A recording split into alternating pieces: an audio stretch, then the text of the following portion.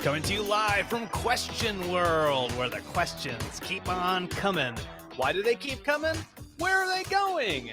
Hey, is this Interdimensional RSS, the unofficial Rick and Morty podcast? Why, yes, it is. Exactly that. That place. I guess it's also Answer World. It's Answer World. Question and Answer World. Hello, everybody. I'm Travis. Hello, everybody. I'm Brandon. And welcome to our show. Welcome to another episode of the unofficial Rick and Morty podcast that is Interdimensional RSS, where we are taking your questions live on the air and also pre-recorded on social media. Yes, absolutely right. If you have questions, we have answers. Are they the right answers? I don't know. That's a question we hope to have answered by the end of this season. So long as we get questions other than when is season 4 coming out, which it was the question of the last year and a half, then I think we're good. But Yeah. we got a few pretty solid questions. We got some theory questions. We got some other just opinion questions. But if you want to share your questions with us, there are tons of social media platforms you can do that on. You could also head over to our subreddit at rickandmortypodcast.reddit.com or the official subreddit for Rick and Morty, rickandmorty.reddit.com. You can go to our website for all of our episodes at rickandmortypod.com. You can hit us up on Facebook at facebook.com/rickandmortypodcast or send us an email, rickandmortypodcast@gmail.com. If you want to ask your question live while we're recording this, typically on Monday nights, you can go over to YouTube or Twitch, just search Apathetic Enthusiasm, and you'll get our channels on both of those platforms. And then we'll shout out our other accounts when we get into the actual Q's and the A's. But finally, I would be foolish not to mention the dedicated patrons over at patreon.com/rickandmortypod who continue to support the show financially. So if you want to be part of that super cool crew and help support this show, then head over to Patreon and you can Patreon it up. Patreon it up. That's absolutely right. We thank you for all your support. That's what they say over there, right? They're like, hey, make sure to Patreon it up over at patreon.com/rickandmortypod. Yeah, over in like the Patreon idea room.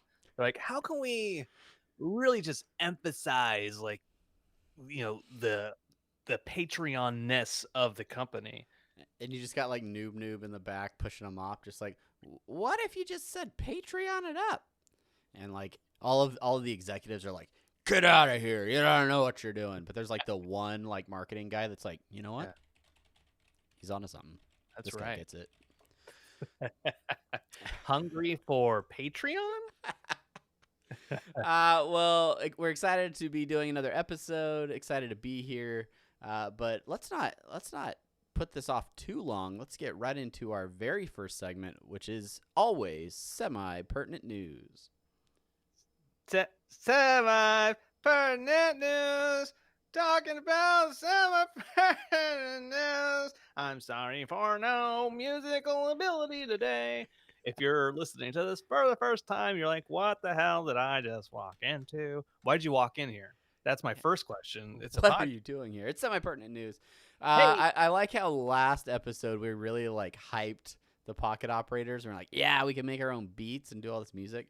And then I just left mine upstairs and forgot to bring it down here. And I was like, Brandon will ad-lib something. We'll be fine. I was talking to Omar yesterday about the pocket operator and maybe putting real music to it. And he's like, why? Like, this is the eternal question. That is true. Why? That's the topic of this episode. Why would we? Why would we when you could just listen to me stumble through another song? Yeah. Why? That's a good question and answer. Yeah, save that for the main thing, man. Let's not get ahead of ourselves. Okay, all right. So coming up on semi-pertinent news, obviously in our last episode, we were coming fresh off of San Diego Comic-Con, and there were so many talking points. We had new clips. We had interviews from the creators of the show, just flooded with all sorts of great things to talk about. And the well has run dry. But we did dig up a couple of nuggets over the past couple of weeks. And one item is a YouTube video that was shared by Rick and Morty social accounts as well as Adult Swim. And these are the, quote, lo-fi beats to relax / study to, which I have over the course of the last week discovered is like a whole, like almost genre of the YouTube corner that I never knew existed. But these particular lo-fi beats to relax / study to / Rick and Morty / Adult Swim, you can find the link to these in our show notes. But it's really just like chill, like kind of like techno beats. Like somebody got real good with a pocket operator and a whole bunch of other tools. And there is a 1 hour long I wouldn't say loop because it's different music throughout, but it's just like really chill music to kind of have in the background if you're working on a project. I listened to them while I was setting up a podcast, I think last week, as well as prepping for a D&D campaign. Dang.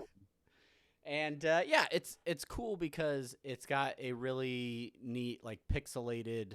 What'd you call that? Like chiptunes? No, what is it? Yeah, I mean, you're thinking of chiptunes. Chiptunes like Mega Man. Yeah. Anyway. That's all Mega Man. Every single Mega Man level is just like. That's the whole thing. That's all I remember. I had a troubled childhood. No, yeah, it's like a pixelated animation of different Rick and Morty scenes. So starts like 16, out. 16-bit. Yeah. You know, the old thingies there. Or like like a Genesis or Super Nintendo rather than like a Nintendo Entertainment System. Yeah. Or like TurboGrafx 16. Yeah. If anyone cares about TurboGrafx 16, which I know my co-host certainly does. But yeah, there's some great clips on there. You got some Summer Smiths.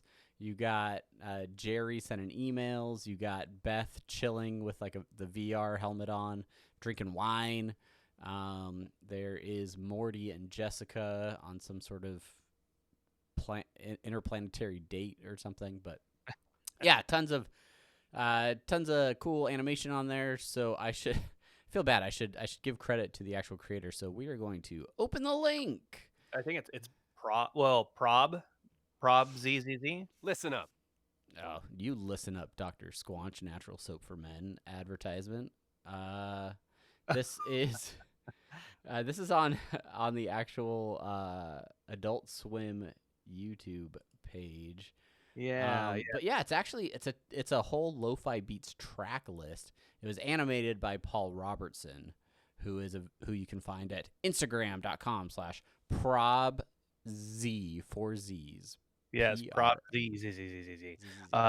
Also some other like this Prob ZZZZZ. He has a bunch of other like cool stuff. So like if you've seen there's like a battle, like a Rick and Morty battle like that. Yeah. Prob Z does all that stuff. Yeah, some of those cool little like bumper ads for Rick and Morty that keep getting released in this long break, and people will write news stories about how new Rick and Morty scenes are coming out. Yeah, new teasers, season 4 new teasers. Yeah, okay. I guess you don't comicbook.com. You don't know what a teaser is. You got to bait those clicks, Brandon. You got to get them in. You got to get them on the site. You got to get them checking out what you're doing. Anyway, I highly recommend them lo-fi beats over on YouTube. If you go to Adult Swim's YouTube page, you can find it pretty easily. So go check it out. Check it. Go drive yourself over to the Adult Swim website. And while you're at it, drive yourself over to the Rickmobile that's coming out everywhere across the country to a city near you. They're coming. They're not coming to Tampa conveniently. How dare they? I feel like I should go grab my Rickmobile, but it's all the way on the other side of the room, so I'm not going to. Maybe you can find yours first. But yeah, the Rickmobile is hitting the road again, starting out in San Diego, I believe. But it's hitting all kinds of towns. I'm going to look it up so I can get the schedule. I know that you said it's not coming to Tampa. I know that it's coming to Omaha. So I'm gonna definitely get out there and check it out once again. But yeah, if I don't know, they got new merch. They just advertised a new Rick circular towel. Ooh, So if that's what you're into. if that's your cup of tea, they should have a Rick and Morty. I don't know. They probably do. Why wouldn't they? They have so much. I mean, they have a pocket synthesizer that they've licensed. They they certainly have a brand of tea out Rick there. and more tea.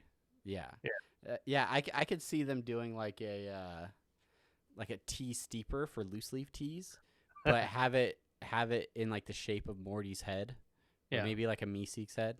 But You, you know, the possibilities are endless. yeah, the possibilities are endless. I don't know if we've had like a purely hypothetical Rick and Morty best of like what kind of Hypo- merch like to see episode. Hypothetical merch show. That feels like a topic we would have done already before. But It does feel like that, but we should try it again. Why not? We got a little bit of extra time. But yeah, no. If the Rick Mobile is going to your town and you're going to show up there, make sure you send us some shots.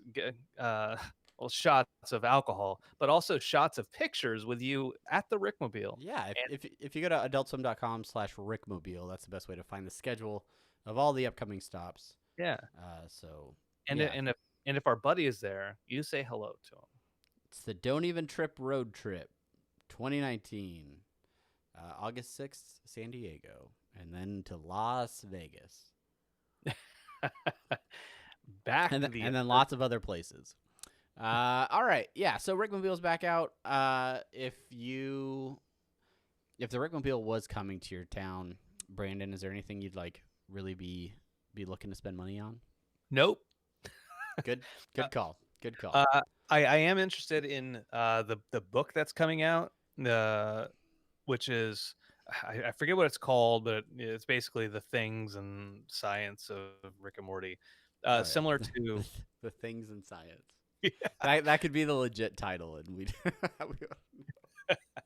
um but I'm interested in that book as a kind of comparison to Matt Brady's book that's coming out at the Mhm. same time, which we have that interview coming up. Yeah, So, yeah. I think probably uh, on one of our next episodes, Matt Brady, writer of the what is it? The Science of Rick and Morty. yeah. Yeah, unofficial guide. I So, grabbed the book before. oh, yeah, I I have the should book. I have the book. Anyway, yeah. So, what did aside from the Rickmobile, Yeah. what did you do this weekend, Brandon? Tell us a little bit about how your weekend went. Well, let me tell you, this is the weekend of the Tampa Bay Comic Convention, where people across Florida, Central Florida, come to Tampa Bay and look at comics and convene together. But I had a Rick and Morty panel that I ran on Sunday, and it was at 1 o'clock. And so I thought, oh, it's 1 o'clock on a Sunday. It's going to be empty. There's going to be like five people there, and they're all going to be five people that I know personally. The good news is it wasn't empty. The bad news is I thought I would know five people there, and that's a lie. I only knew two people there. But so it was a one man show, just like I did at Megacorn Orlando. Everything's on a cup. No, a Megacorn or Cornlando. Um, so one man show. Had some stuff to give away: Symbiote Studios, Funko, and Cryptozoic. Some stuff I had from Cryptozoic still, and it was a lot of fun. Got to hang out, got to talk with folks, talk about theories, just like I did at MegaCon. One thing I find funny whenever I do a one man show panel is, especially when we're talking about Rick and Morty, is you can tell the people who are there expecting it to be somebody who's famous or going to give them like really like behind the scenes Someone's gonna insight. like be like, "Oh, I came with a clip from the show, guys." Maybe this is going to be it. And then within 10 seconds when I'm like, "Oh, I'm Brandon Cruz," they're like, "Oh, this isn't anything special," and then they get up and they walk out. um it's so hard to like not pay attention to those guys. Or not Um, call them out directly. yeah, and be like, Yeah. "Get out of here! Go to your house!" But it's so fun. Had a good time. I want to apologize to. There was a nice young woman who had a Camp Nowhere shirt, Camp Nowhere hat, and I was asking about theories and side characters and who people want to see come back in season 4. And she had a thought that she wanted, and she raised her hand very politely, and I'd actually interacted with her a little bit a few minutes before that, and some other folks started talking, and they were on a good point, good tangent, a good conversation that would last me more than 5 minutes into the show. Mm-hmm. And I'm like, I kept looking at her. I'm like, I'll be here. I'll get you. I promise. I'll get you. I promise. And the second time I did that, I turned to where she was sitting, and she had already gotten up and left. So if you are that young woman, I'm sorry. And if you listen to this show, call us out, and I will send you $1 Ooh, or a collect. a whole dollar. But anyway, it was fun. Hopefully, if you are listening to this episode right now, um, hopefully, if you were at the panel and you're listening to this episode, that you keep listening. And I appreciate you. I really do appreciate everyone sticking around and listening to me yammer on for an hour. Yeah, yeah. You went with your old faithful strategy of coming up with speeches, and it works for you every time. My only regret is that I can't be there at the drop of a hat to to co-host with you, because I feel like that'd be a lot of fun. I would love to do this podcast live, like at an event. I think that, I don't know, we just rent out a panel or whatever, set up a panel, and then just do the podcast with a live audience. That would be, well, we have a live audience, but Yeah, we do. hello to everybody that is in the chat. Thank you guys. We'll be taking your questions very shortly. But yeah, so congrats on another successful panel, Brandon. You gave away some good stuff. I saw video. You had a impression contest that that's good. One thing I did was my friends over at Comic Spot here in my hometown now.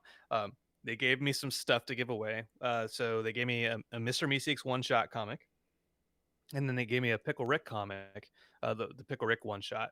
And so I was like, oh, cool. This is a great way to like break up the discussion. I'll do a voice contest for the Meeseeks. And so I had people come up and do their best Meeseeks. I'm Mr. Meeseeks, look at me. And then whoever won got the Meeseeks comic. And then I did the same thing for the Pickle Rick. And this one guy got up and he's like, oh, I don't even know what I'm saying. I'm like, you gotta at least say Pickle Rick, man. Like that's the one thing, that's the go-to line. Yeah. Did trivia as I've done before. And I'm just I had one plushie from Symbiote Studios, and it was the lawyer Morty, and that's that surprise everybody wanted. And I didn't realize until after the panel, I was like, I should have had a better system for the trivia, because I just said like best 2 out of 3, you come pick your prize. I should have had a tiered system when it came to the prizes. I should have had like, if you want grand that prize, you got to be like the trivia master. Yeah. For the plushie. Exactly. And if Symbiote Studios ever like if we partner with them again in the future, and then we do a panel, I'll figure it out. A lot of things got to be lined up for all that to happen, Brandon. But anyway, well, congrats on the panel. I hope everybody had a good time. If you are listening to this podcast for the first time because you attended the panel, let us know. Hit us up on Twitter or send us an email. We'd love to know that you're listening. Brandon, it is now time for the sub-segment within the segment. It's time for the Dan Harmon Social Media Minute. Boop, boop, boop, boop. Mega Man theme song. Dan Harmon Social Media Minute. Hey, good callback. Good callback. You like how I did that? I cut it off early. Anyway, this week, these last couple of weeks, Dan is recovering from San Diego Comic-Con. For those of you that follow him on Instagram, you may know that he is moving into a new house. He's talking about it a lot on his podcast, Harmontown. And his comptroller on the podcast, Mr. Jeff Davis, he he wanted to come over to Dan's house because Dan has a pool now, and so they had a little bit of a pool party. Oh. And so this post is of Dan Harmon hanging out and Jeff Davis hanging out in the pool, and Jeff Davis with a pool noodle hanging out of his shorts. Just the pinnacle of class. Jeff Davis is floating on a giant, it looks like polar bear inflatable with a pool noodle in a very phallic position. As he's want to do. And it says, "Summer's heating up." So that is your Dan Harmon social media minute. Thank you so much for that. You certainly picked the cream of the crop when it came to what's out there on his Instagram now. So yeah, that's great. I think the question is, what's our next segment? It's time, Brandon, for the main thing. MAIN thing. That's what I got for you. Stick it in my pants and pull it out. You got the main thing. It's the main thing in my pants. It's the pants main thing. Very well done, Brandon. I don't want your main thing, but someone might. So anyway, all right. This as we talked about earlier in the show, we are in a lull of content, but you guys have questions. You guys have things that you're curious about when it comes to Rick and Morty. So we put the call out on social media for a few questions. We also have some people very active in the chat, so maybe you'll have some questions for us live. But we're going to start off over in the world of Twitter. Also, I wrote, we need you to shove these cues way up in your A, Morty. I wrote that in the show notes. I don't know why. I think I was going to like really smoothly work it in but I ham-fisted it in there. All right, so from Twitter, at Rick and Morty Pod, that's where you can tweet at us. This one comes from at Daticus, Mr. John Derek West, who's bringing the fat art on my mug. Oh, yeah. Yeah. Amazing art right there. He asks a very intense question. Because it's very like theory-driven and there's like crossovers involved. He wants to know, will Uncle Ford ever be revealed as one of Rick's bandmates with Bird Person and Squanchy, like actually animated in the Rick and Morty series? Now, like, and then he followed that up with a link to a YouTube video, which is like a film theories YouTube video about all of the crossovers between the Disney XD show Gravity Falls and, of course, Rick and Morty. You have watched Gravity Falls, correct, Brandon? I have watched Gravity Falls. I've watched it multiple times, actually. Have you watched the entire series? Yeah. Wow, you're better than me. I've not finished the series. I What? need to. I know. Ooh. I get busy. Oh. Yeah, I will, Brandon. You know, I I want to make a note about Gravity Falls. There were a ton of Gravity Falls cosplayers this Tampa Bay Comic-Con. It's classic. Fan favorite. People love the show. And you know, I feel this isn't a Gravity Falls podcast, but I feel that Gravity Falls is making a resurgence, making really that cult classic going on. A couple years ago when I went to Amazing Hawaii Comic-Con, walking around with my puppet Dipper that I made, right? Yeah. And nobody knew who it was. And now I regret not walking around with him all over the place this last time. Do you remember when we were young budding podcasters and we got ourselves a booth at the Amazing Comic-Con Hawaii? That was like the first we did. That was like our first public appearance. And we had a table with paper on it so that people could come up and draw on our table. And people were drawing tons of Gravity Falls references on there. And at the time, I had never seen an episode. So I was like, I don't know what this little pyramid dude is, but these kids sure are drawing him a lot. Well, for those of you that are not fans of Gravity Falls, there have been a lot of hints at sort of like a same universe or, infinite universes crossover between Gravity Falls and Rick and Morty. When I think it's episode 10, when Rick and Morty are trying to run away from the Council of Ricks, and Rick is like shooting all those portals. From one of those portals shoots out like a pen, a notebook, and a mug, which is a reference to a Gravity Falls episode where those same items fall into a portal on Gravity Falls. So it's like a cool little callback to Gravity Falls, but there have been some other crossover things, and the book that was released after the series was concluded contains a ton of references to Rick and Morty. So Daticus's question about Uncle Ford, who was gone for a really long time out exploring the multiverse, in that book it talks about him hanging out with a band of thieves, and there's this theory that he might have been hanging out with Rick and Squanchy and Bird Person back in their old, terrorist days. So Yeah. So I'm the logical side of my brain wants to be like, no, they will not ever animate Uncle Ford into an episode just based on like the intellectual property rights alone. Like Disney owns Gravity Falls, Rick and Morty is on Adult Swim, and never the two shall meet. While you're talking, I went out and I went. I don't have you won't have the screenshots for the stream here, but there's a couple. I'm looking up the other Easter eggs, and there's a couple Bill ciphers. So when Jerry's meeting Big Trouble in Little Sanchez, when they're looking at the mythologs for Jerry and Beth, there's a Bill cipher in the background on the computer screen. Yep. Mm-hmm. And then in another one, there's like a Bill cipher on a statue, and then the Ryan Ridley like little mini people from season 3, episode 5. Right. Yeah. Like there's a Bill cipher in the background on the bridge.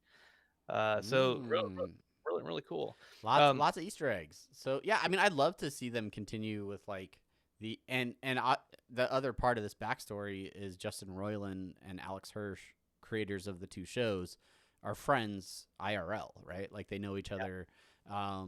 Roiland did a voice on Gravity Falls, or maybe a few voices. So the time travel guys. I forget. Yeah. So I mean,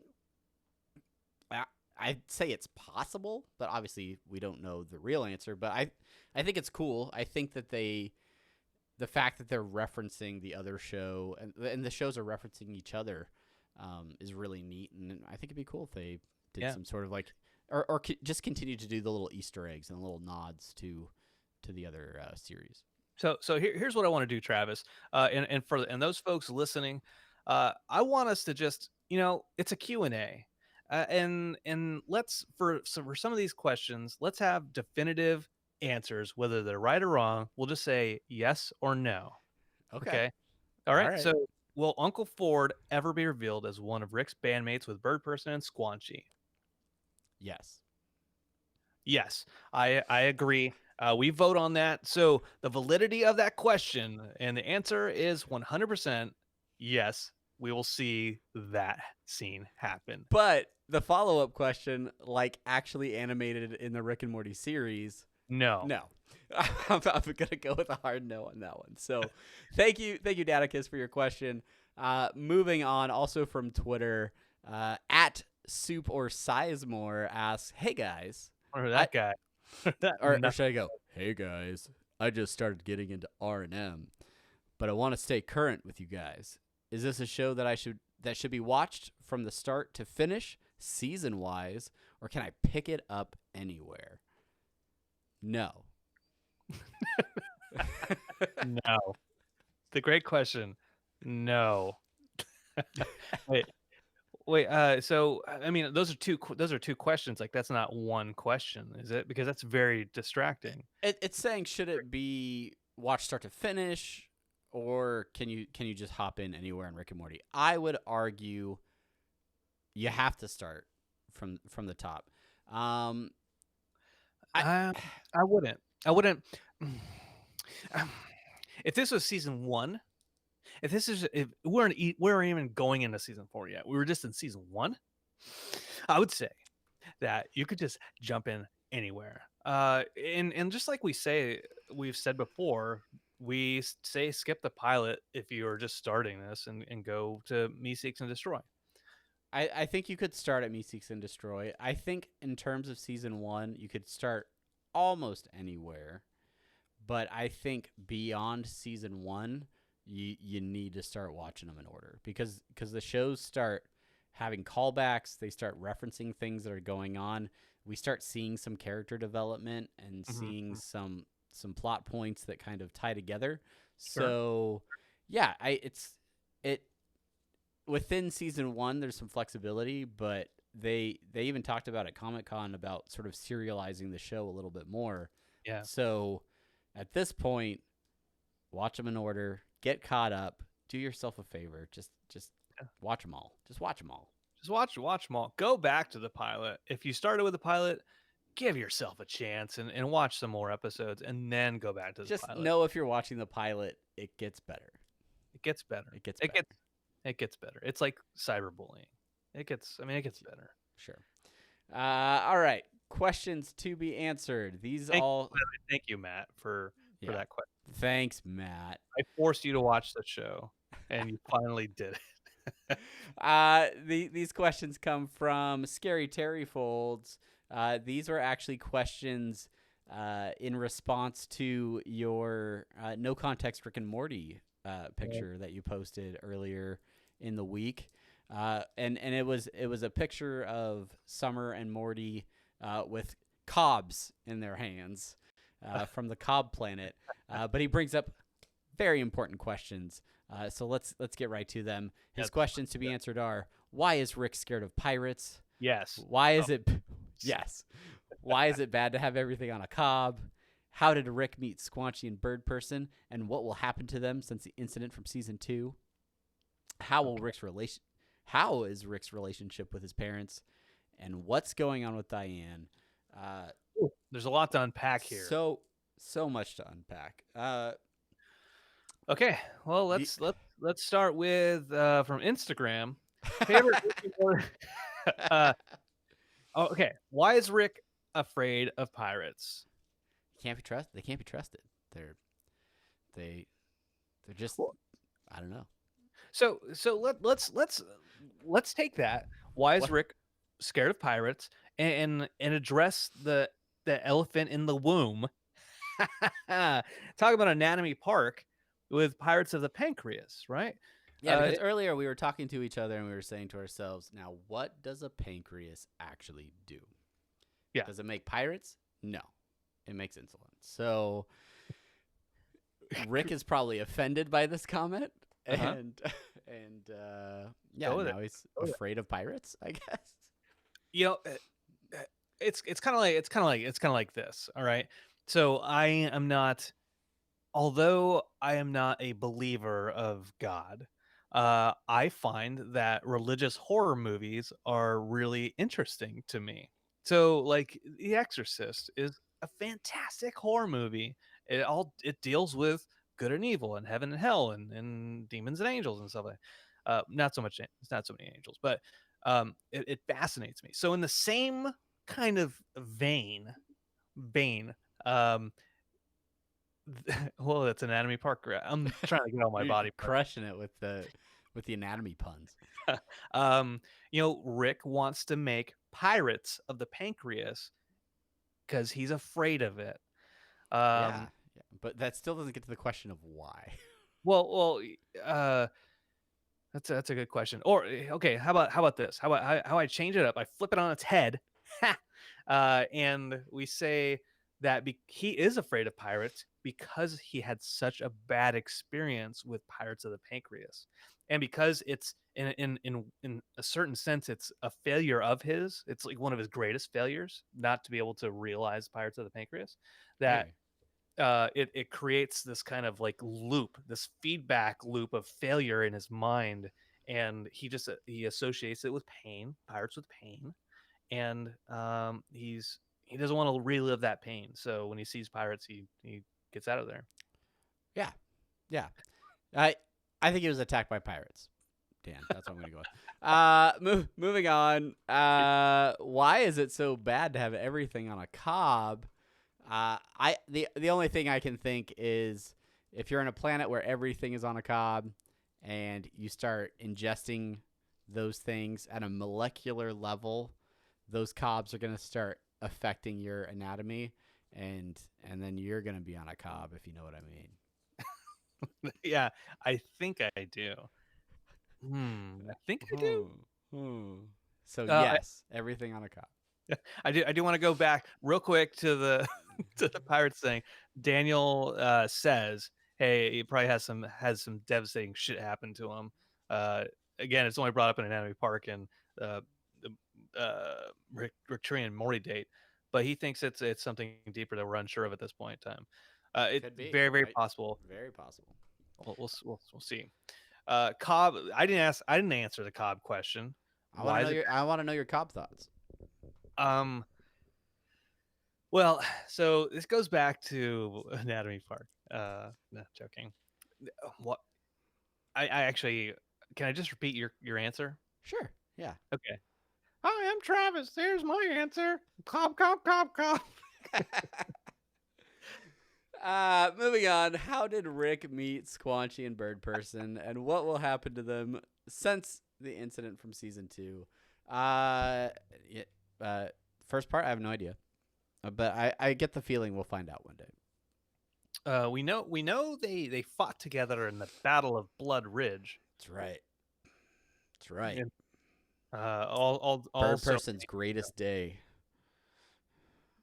uh, I I'm trying to think. I'm trying to think of, we see them with the flesh curtains when they're in the band together. Um, let's try to think of a situation where Rick is single. He's into music. We see that obviously in the Get Swifty episode. He's musically talented, and maybe he looks for in the wanted pages. Finds some other bandmates, and he It's just happens to find these bandmates.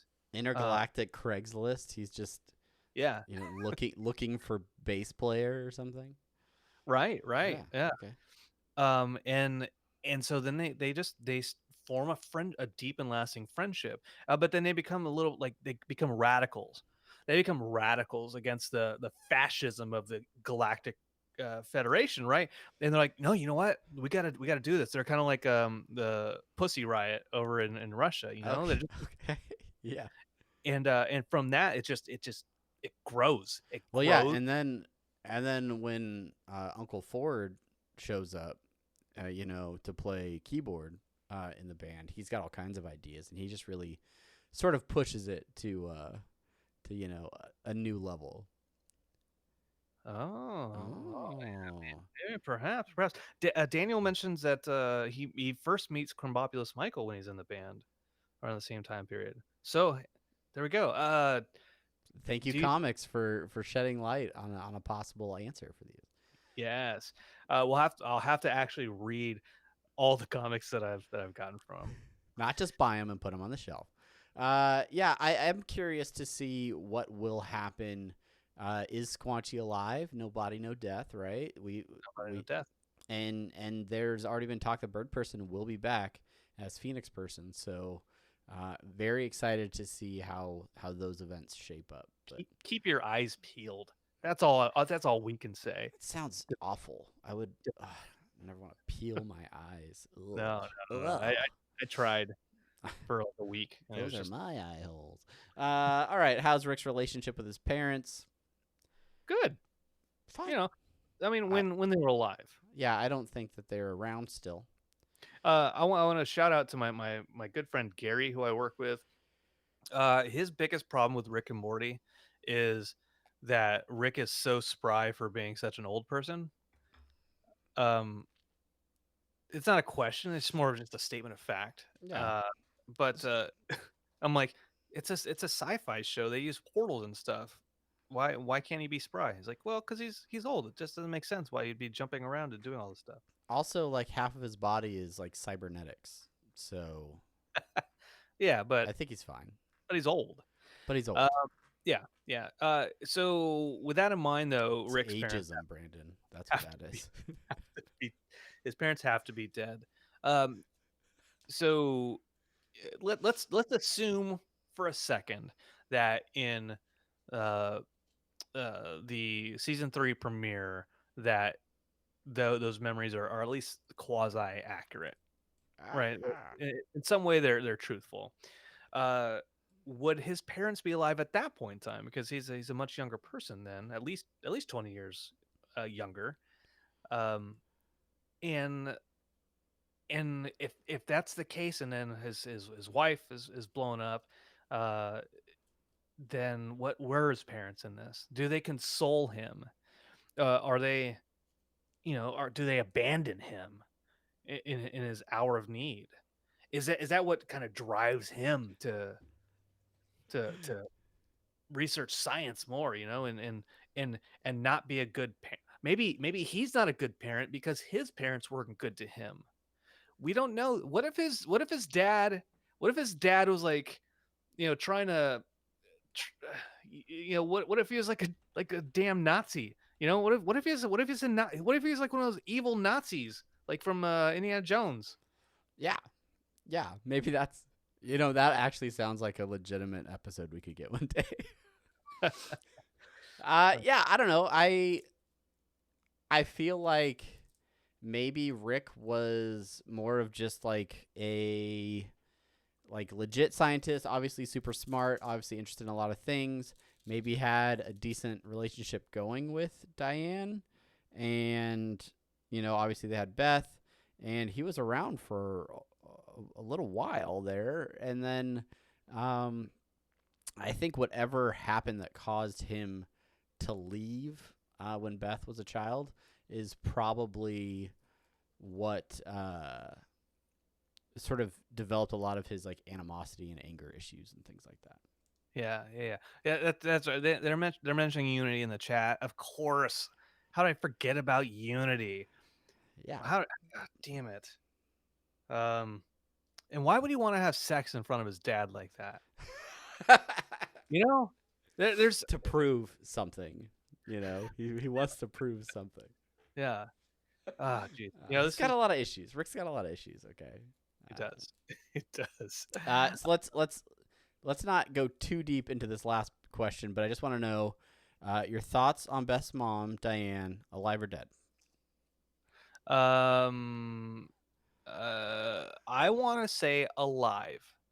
I want to say alive because we don't want to bring people back from the dead, but it's another like potential story in the hopper if they ever need it to be like, well, yeah, that memory is accurate in the sense that she's dead. She's dead to me, right? Right. Yeah. And to be able to explore the drama of a failed relationship between Rick, like a more stably failed relationship instead of like Unity, where it's like such like a toxic thing, something that he just wasn't capable of fulfilling her needs. Yeah. I think she's alive out there somewhere. I think something may have happened to her, but I don't know. We'll Derek Squeeze on YouTube asks, "Was Diana groupie?" I don't think so. We're really hanging on this band stuff. Yeah. Oh, she's touring with Dave Matthews Band now. Yeah.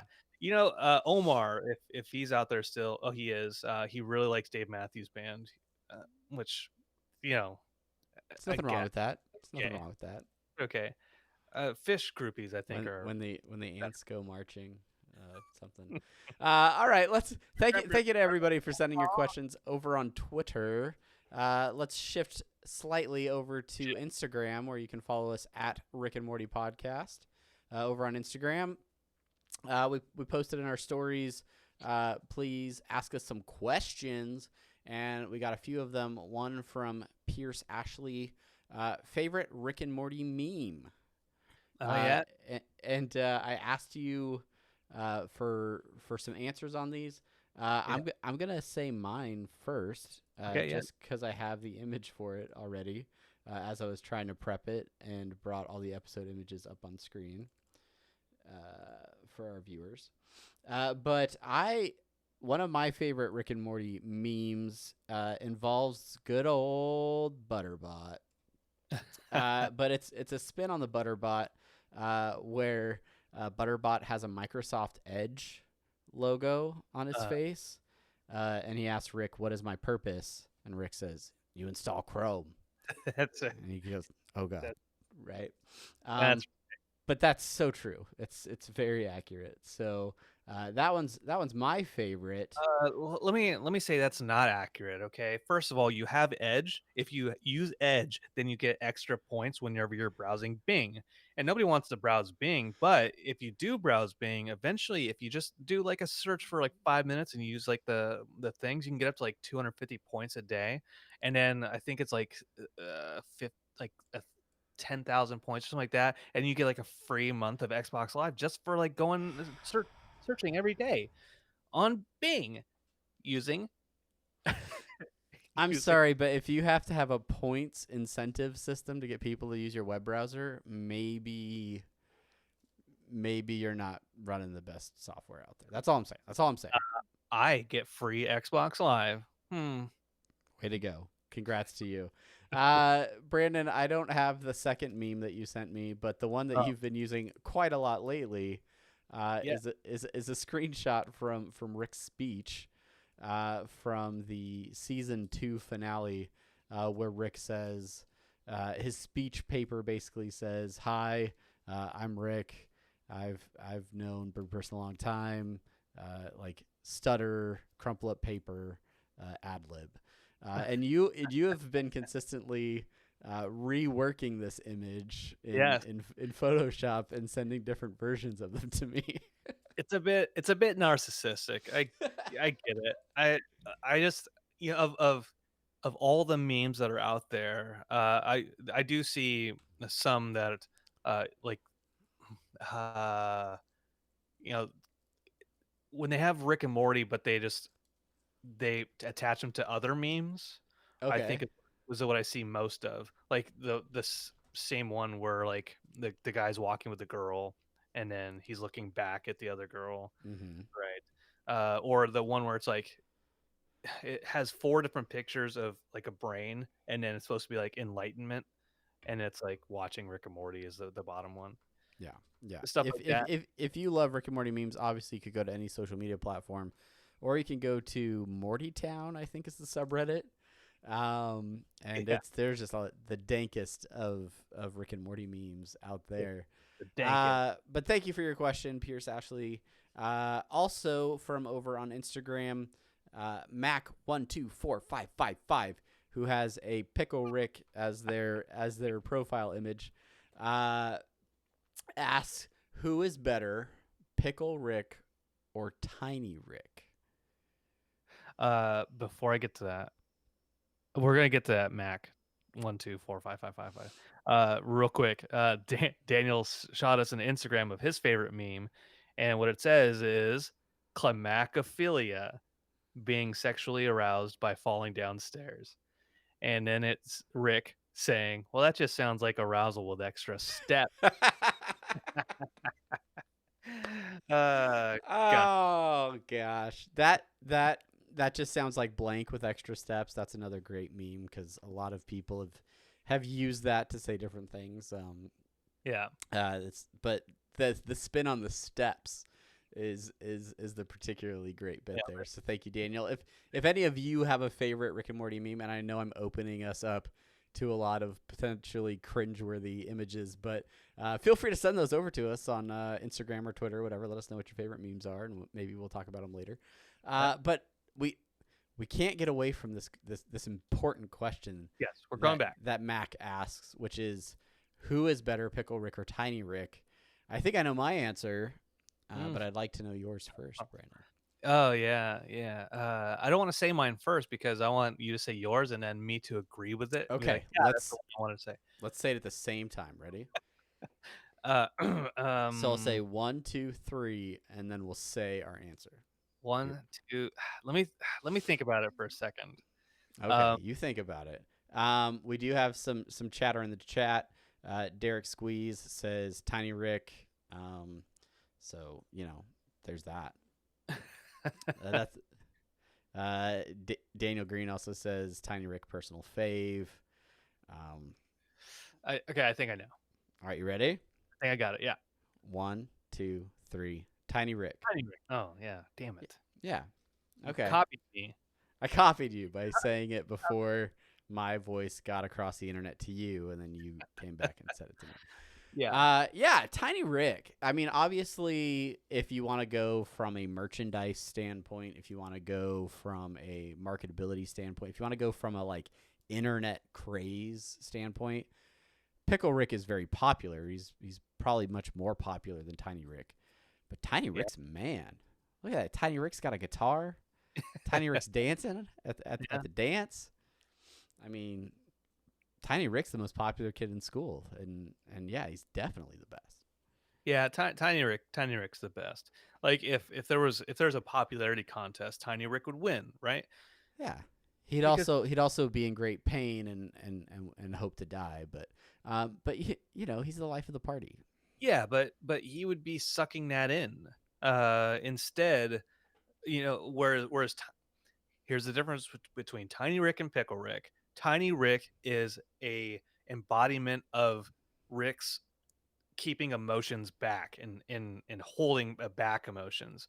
Pickle Rick is the outward expression of his emotion through murder and destruction. Yeah, to an extent. Yeah. And also just the proving that Rick can think his way out of almost any situation, even being turned into an inanimate pickle with just the use of a tongue. Yeah. To the detriment of family and relationships. And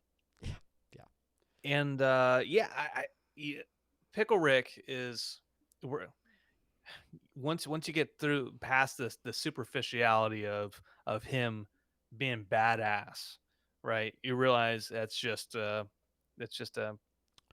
way of ignoring stuff. Yeah, it's a really bad excuse to get out of therapy. Yeah. He's not a good role model. And Tiny Rick is. Tiny Rick is what we should all strive to. Yeah, he got a little selfish, but in his defense, that's on Summer and Morty trying to bring down his high or chill or I don't know. Yeah, Summer. Fucking do, man. I don't know. Which brings us to our last Instagram question. This one is from the fan anime cartoonist. The fan anime cartoonist over on Instagram asks, "Is Summer a badass?" Is Summer a badass? Is she? Let's go. Show me, is Summer a badass? Let's go to the tape. I am going to bring up an image because I would say yes, absolutely. Summer is a badass. Is it from the season 2 intros? Season 3. Season intros? 3. Yeah, it's her with Buckethead. Fighting in their makeshift living room. But yeah, absolutely. And I think this is something where, and we've talked about it multiple times on the podcast, but Summer's progression and development over the first 3 seasons of the show, she's had a ton of growth. She's definitely come from being just like this sort of limited character that just embodies sort of teenage girl stereotypes to really being someone that can almost be more depended on than Morty in terms of like Rick's needs. And she's worked her, like she's thought her way through a lot of awesome situations, and she just continues to be cooler and cooler. So season Daniel's talking about with hemorrhage and then Morty's Morty's- mind blowers. Yeah. She kind of puts everything back together. The only time in season 3 that we saw her get not be bad at, well, there's probably a handful of times, but when Ethan was messing with her. When she gets dumped and Yeah. she messes with the The enlarging ray. enlarging ray or whatever. Yeah. Yeah. I watched that episode the other day. Yeah, and she but that was a moment for her to be vulnerable and reconnect with her mom. So That's right. it all works out. It all works out. With that Attack on Titan look that was going on. No, definitively, this is one of the things that we actually can answer yes or no, and mean it. Yes, Yes. she is a bad ass mother. Shut your fucking mouth. I don't think I'm supposed to cuss. I think that's the point of that. Oh, okay. Well, that concludes all of our canned questions. If anybody in chat has any additional questions or things that came up that you're thinking about, go ahead and type those into chat right now. I'm going to do a last loop around social media Let's do it. to see if any other questions have popped up. Go ahead. Good. Oh, okay. I asked the Reddit mods. I said, "Hey, we're strapped for meaningful RAM content. So we're doing the obligatory killing Q&A episode. Do you guys have any cues you want aid?" And one said, "Let me think. I really can't think of any." So that was. Thank you, Reddit mods, for your awesome cues. Omar asks, "Will we see Noob Noob or the Ball Fondlers again?" I could definitely see Ball Fondlers showing up like as background artwork or like as something that's on a TV somewhere, just in the background, maybe on a movie theater marquee or something like that. It's always a background staple, right? Oh yeah. That, and then with Noob Noob, well, I'd love to see him again. I would hope, but I don't know. I don't know that we're gonna get a full like Vindicators return, especially with everything they've done in the comics and stuff. So I don't know. I don't know that we're gonna get Noob Noob for sure, but I hope for characters like Noob Noob to continue to be a staple on the show. Yeah. We all love Noob Noob. We can say that with love in our hearts. You can't really see it on the stream, but my Noob Noob mask is up there. That was my one had to grab from the Rickmobile. You can't see it behind me, but Noob Noob's on my shelf. You will we see him again? I think we will.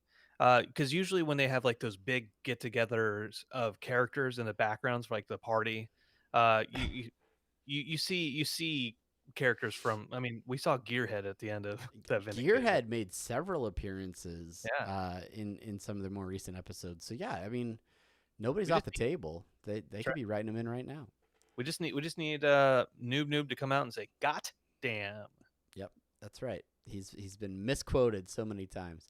Daniel Green in the chat asks, "Who's your two favorite side characters?" I think he means the two of us. Which ones are our favorite?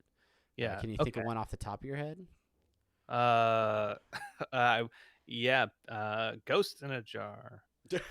Really? Ghost in the Jar is your favorite? No, I think Ghost in a Jar is cute. Mr. Poopy Butthole. I mean, it's a given. Got it. K. Michael. I think K. Michael's my favorite. Yeah. Crumbopulous Michael. Yeah. That's it has to be something in Aunt Samai's Johnson. Yeah, there you go. There you go. Both characters that I have terrible build sets of, I think. Or at least McFarlane Toys produced build sets of. So obviously fan favorites. Great quality. About Crumbopulous Michael, like I like that character, but I am this. Maybe this is heresy. Heresy. I don't know. but like I don't love him as much as a lot of folks do. Like I Yeah. like, Yeah. but I don't love him. I'm not in love with him. Yeah, then that's fair. And nobody's asking for that. Yeah. Nobody In the nobody wants. comics, his wife comes into play. What And about she's Scary just, Terry? Where's Scary Terry fall on your list? oh yeah, Scary Terry, I feel like bitch. I feel like he's probably pretty high Yeah, no, on your horror scale. he is. And we wonder if we'll ever see him again. Yeah, You never know. Never know. never know. All right. Well, those are some of your cues. Thank you so much to everyone who asked questions.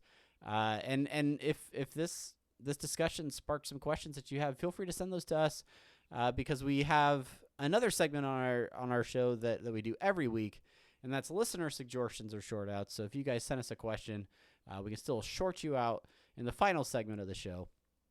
And for this week, we do have a couple of things worth talking about. One of those is a brand new review. So thank you to those of you that head over to Apple Podcasts and leave a review for our various episodes.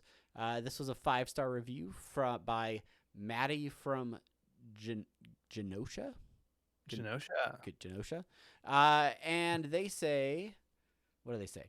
Salami. My microphone is like in the way. There it is. Okay. Travis and Brandon have been entertaining me for 2 years now. I'm a massive fan, and their informative, entertaining, and just all-around takes and comments on Rick and Morty are wonderful. They got everything from episode recaps, interviews with those involved with the show, and information on new merch. Love the show, and tell all my friends about it. Squanch Maddie. Thanks, Maddie. Thanks so much for the review. We'll be sending you warm feelings and gratitude all the way from our respective locations. Thanks to everybody that leaves reviews on the show. We genuinely do appreciate it. A couple of other short outs over on Twitter. At JBiss said, can't wait for you guys to comment on the new season. You did a wonderful job filling in a large gap of time with ideas and giveaways and in-depth episode reviews. Excited for more content.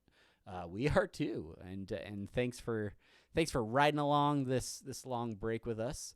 And then finally, a special welcome back to at JMendo1313 who just got home and his wife redecorated J1 all of his merch. J1 as he's affectionately known as a member of Unity.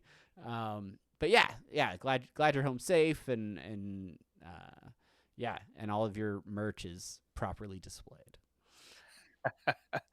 and that's it. Shout out to everyone in the chat that from the start. Have a good day, Face, Omar, Derek Squeeze, of course, Daniel Green, at the very start.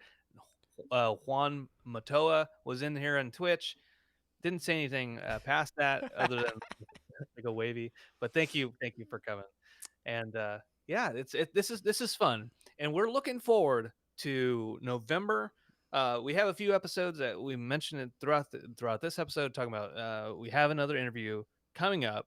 I do have maybe bonus content with the video from Tampa Bay Comic-Con. I do have I had a friend filming. I filmed myself, and I had an audience cam which was pointed down at the desk, so that's good. We'll see how the audio turns out. If I can do it and it sounds all right, I will release that. So folks who weren't in Tampa yesterday, Sunday, can experience the travesty that is me, one man hosting a panel. I also hate that the word travesty is so close to my name. I just realized all years of friendship, and I just realized travesty. Yep. Well, thank you guys so much. We do have some fun stuff coming up as we get ever closer to November. But thanks to everybody that hangs out with us. And yeah, that's it for this episode. Yeah. Thanks so much for listening, for watching, and until next time, I'm Travis. I am Brandon. And Bye.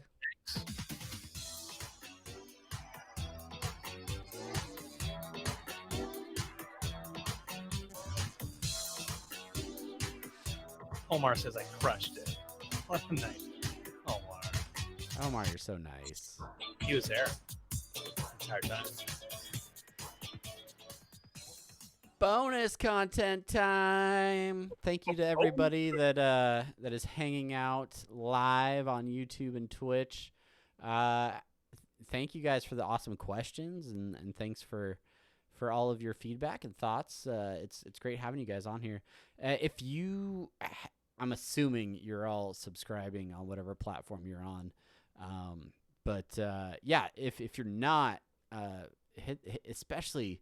And even if you're on Twitch, like if you can go over to YouTube and subscribe over there, we're trying to hit that 100 subscriber mark so that we can get a custom URL so that we can actually post it in places and make it easier for people to find. So that's my little bit of pandering to you folks. And then yeah, what's up? What's going on, guys? Like, yeah, what's going on? Let me go get that noob mask. This is bonus content. Oh, great. Oh man, I'm so stoked that you're going back there and getting your mask. Look at him, everybody. Look at Travis going to get his mask. Look at him. Look at him masking it up. Oh. I'm so impressed. I should do all of our episodes like this. Hey, oh, you know what? Actually, that might work. Your sound quality would be better. Does it really screw up my sound when I have? No, it doesn't screw up your sound. It just makes it muted because you're speaking through a piece of plastic. You're doing it. Nice mask. Where'd you get that mask? The mask store? Oh, burn! Got it from the Rickmobile, son. Oh yeah, that's right. Yeah. You know, I have merchandise around here somewhere. Muffled. So muffled. Yeah. I have my this little dot of pink right here is my Rickmobile. You took your Rickmobile out of the box, right? No, I didn't. No, you don't. Look, you see my shelf. You know I don't take things out of boxes. I didn't take mine out of the box. It's right there. Yeah, no. I think I remember seeing Daniel Green's actually out of the box in his awesome stash of cool merch. Yeah, yeah. So much stuff. I've got this.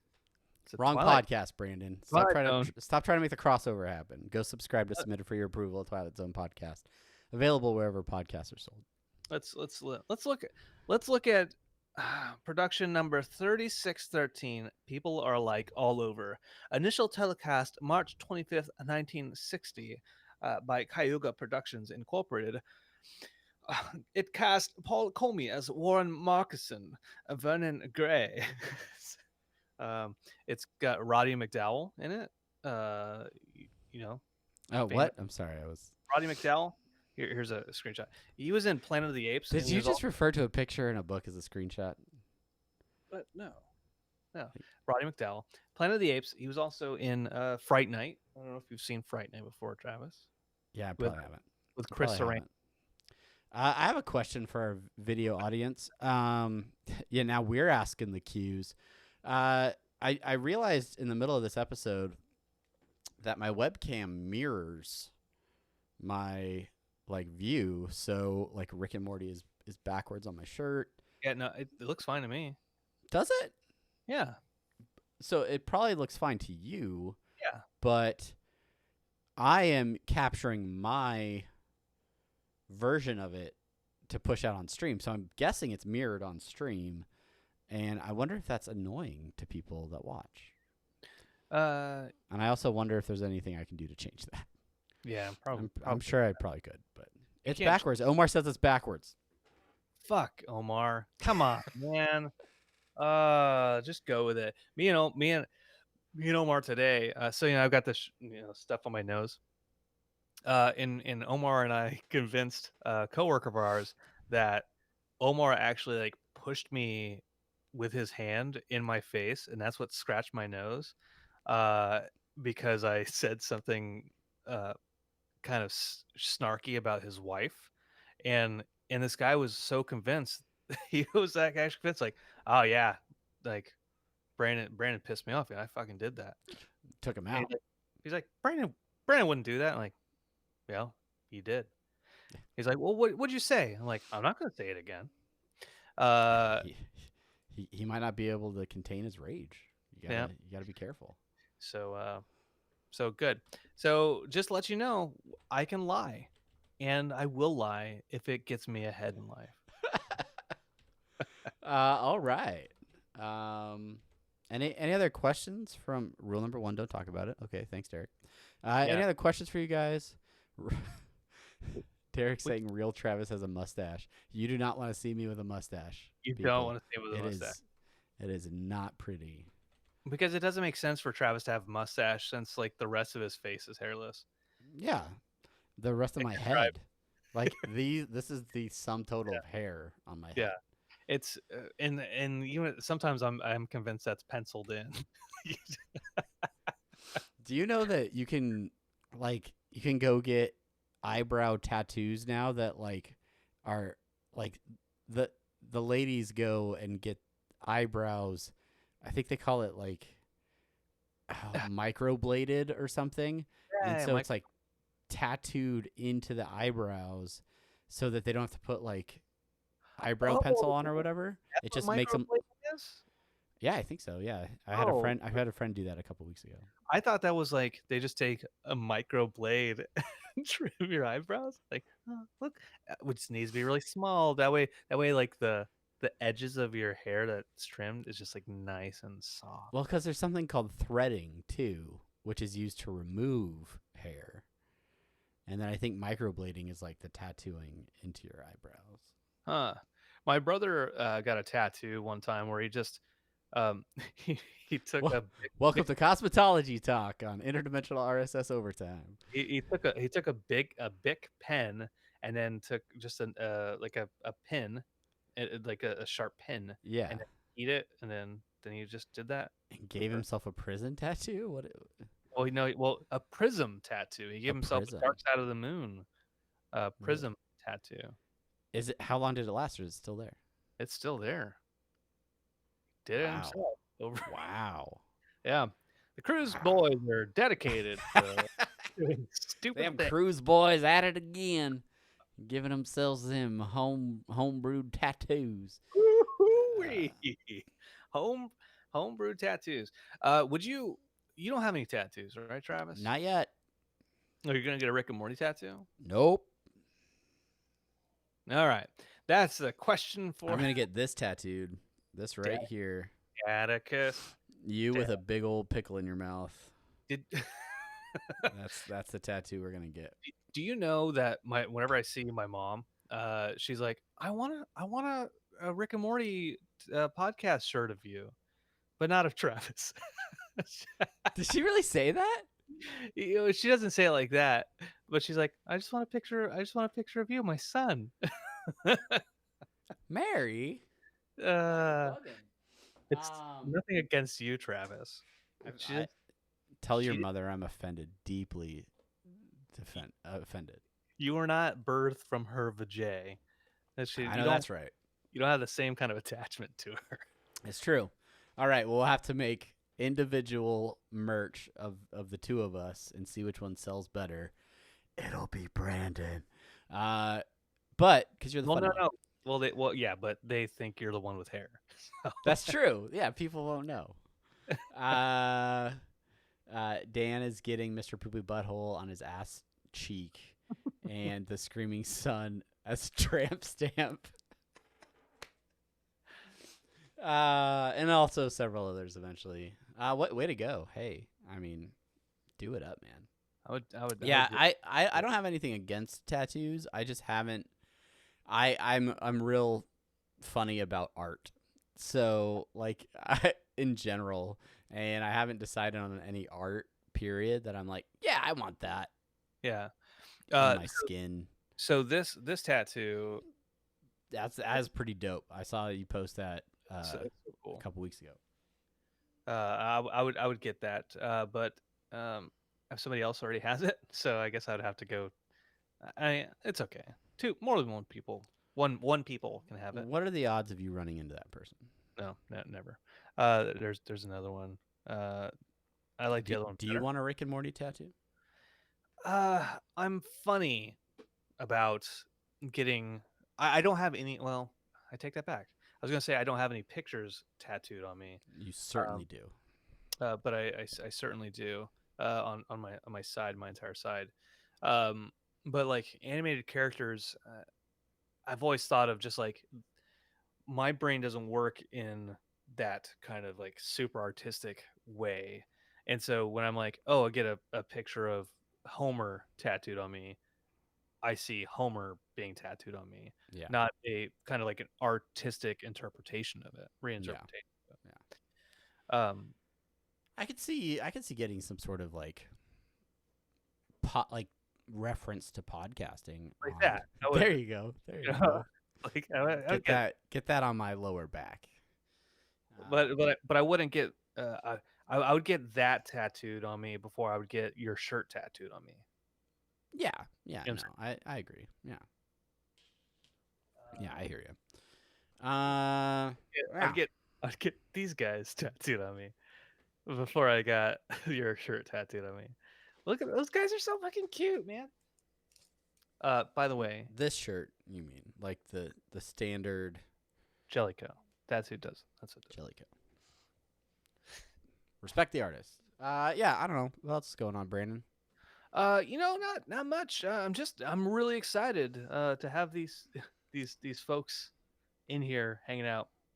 Daniel says the cringiest tattoo would be a face tattoo that says Pickle Rick underneath the eyes and and a teardrop Pickle Rick. That I'm hard pressed to think of a cringier tattoo Yeah, immediately. yeah. It would take some real thinking. Tattoos are so mainstream these days, Yeah, and that's why they have to be. It has to be something unique that about them. If you're gonna get something put on you, like you know, doesn't if you're gonna get a tribal tattoo, it should be a unique tribal tattoo. I guess. I don't know. I got yeah. like this when I was 18, and all it says is "Won't Lie Down" in Pink Floyd The Wall text, and a reference to a face-to-face punk song. So I have that one. It says "Wish You Were Here." Pink Floyd reference. Got a lot of Pink Floyd references A on. lot of Pink Floyd happening, and of course your prison tat of Dark Side of the Moon. That's your brother, I know. But That's my brother. Oh, he also made that was on one arm. On the other, he did the same thing, and what he did was he made a fishbowl. It looks like a fishbowl, and then drew like skeleton fish in it. Uh, two skeleton fish, so two lost souls swimming in a fishbowl.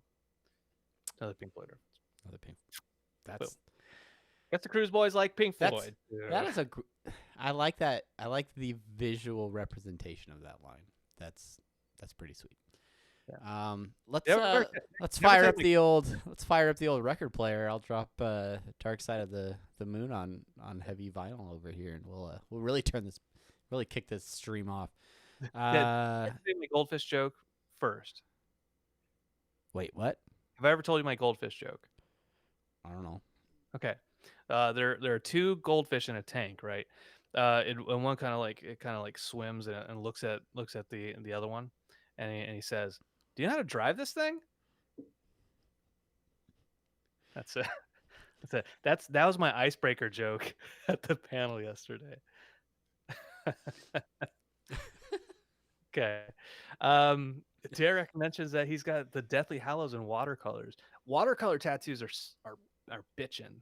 I would love. I really like them. That's one of those things where I was like, oh, if I could find a really cool watercolor tattoo, I'd be into that. Someone says he injected boba tea balls under his skin for body mods.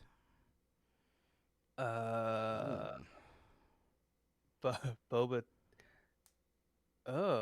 Okay. I don't know. I don't know if that's good. Well, does boba? I don't like boba anyways. Like when I'm drinking boba, Oh, it's just yeah, I'm not. I'm not into boba. Yeah. Dan, I wish I had. oh, you're making fun of it. Oh, you're making fun of watercolor tattoos. I still think they're badass. Yeah. Sorry. No. No. Color Uh, me, color me a poser. did you bought the Rick and Morty soundtrack on vinyl, right? I did, yeah. Ask me if I've opened it. Did you open it? No, My man. my man. Yeah, I don't open things. I buy them and then I just leave them in the wrapper. Yeah, that is true. That is your MO. All right. Well, That's let's go why open some I have merch. a Let's do son. an unboxing live on our stream. It's exactly why I have a son. I buy things and I leave them in the wrapper, including the condom. It was a mistake. Very expensive. All right. Well, I'm gonna go answer these cues on Instagram and our stories in a visual format, Ooh. so that we can show those answers on our stories.